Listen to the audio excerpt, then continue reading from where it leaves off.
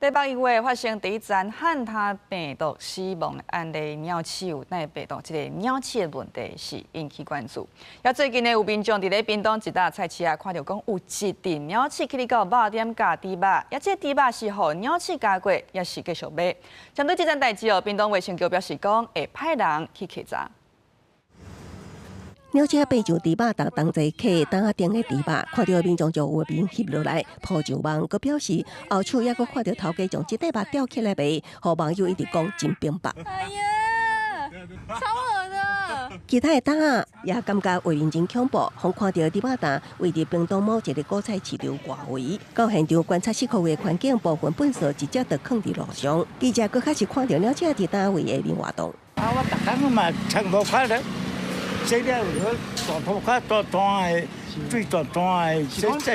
团商表示，上把厂商拢是透早来，直接将肉放伫担顶。来做营业进前准备的时，并无看到鸟鼠啊。对此，果菜市场表示，市场有做定期清销，也会劝导团商注意卫生。卫生局回应会派人去稽查。如违规事实明确，依同法第44条规定，命业者限期改正。 借机不改正，处6万元以上2亿元以下罚款。老鼠身上有带着，例如我们常见的，包括一些病毒，像汉他病毒，然后细菌的话，包括我们的钩端螺旋体菌，还有什么金黄色葡萄球菌、大肠杆菌、萨蒙氏杆菌，这些都有。 台北医院才发生汉他病毒死亡案例，搁伫济云顶公共空间发现鸟鼠啊。医师表示，鸟鼠身上可能带有汉他病毒，也是高端螺旋体菌等多种病菌。那边就发现肉片互鸟鼠啊客，上好是单条卖食，以免造成食物中毒等食安记录。记者综合报道。